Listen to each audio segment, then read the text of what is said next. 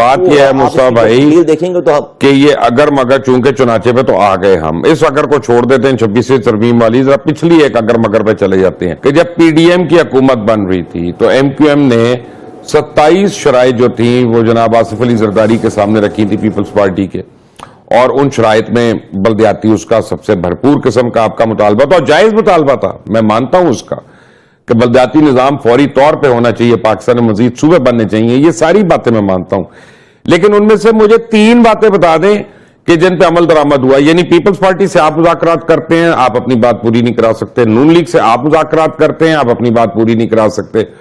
کسی اور کے ساتھ آپ مذاکرات کرتے ہیں، آپ اپنی پوری بات نہیں کروا سکتے.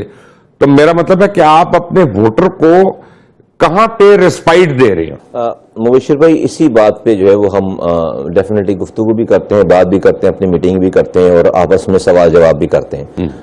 ہم ان تمام چیزوں سے بالکل نہ تو بری الذمہ ہیں اور نہ تو بے خبر ہیں. اس کے یہ جو ہماری صبح شام آپ جو لوگ ہمیں جانتے ہیں اور آپ جانتے ہیں ہمیں کہ یہ سیاست اور یہ ایم این اے شپ ہمارا بریڈ اینڈ بٹر نہیں ہے، اور ہم نے لات ماری ہے اس سے پہلے بھی، اور ہم نے جو بھی جد و جہد کی ہے ہم نے ایک جو چیزیں سوچ نہیں سکتا تھا کوئی، ہم نے ان چیزوں کو کے سامنے آ کر کھڑے ہوئے ہیں. تو وہ اس لیے نہیں کھڑے ہوئے کہ مصطفیٰ کمال کو ایم این اے بننا تھا. ہم نے یہ تمام جہاد، یہ بغاوت اور وہ چیزیں جس میں اپنی ہم نے زندگیوں کو داؤ پہ لگایا، وہ اس لیے نہیں کہ میں جا کر ایم این اے بنوں. ہم اس قوم پہلے جن سے اختلاف کیا وہ بھی اس لوگوں کے لیے، اس قوم کے لیے، شہر ملک کے لیے، اور آج بھی اگر ہم یہ کام کر رہے ہیں تو قوم ملک لوگوں کے لیے. اس میں اگر کہیں پر ڈیفیشنسی تو ہمارے یہاں بالکل گفتگو بھی ہے، بات بھی ہے. میں آپ کی بات کو بالکل یکسر نہ تو میں اس کو مسترد کر رہا ہوں، نہ کہہ رہا ہوں کہ آپ غلط کہہ رہے ہیں.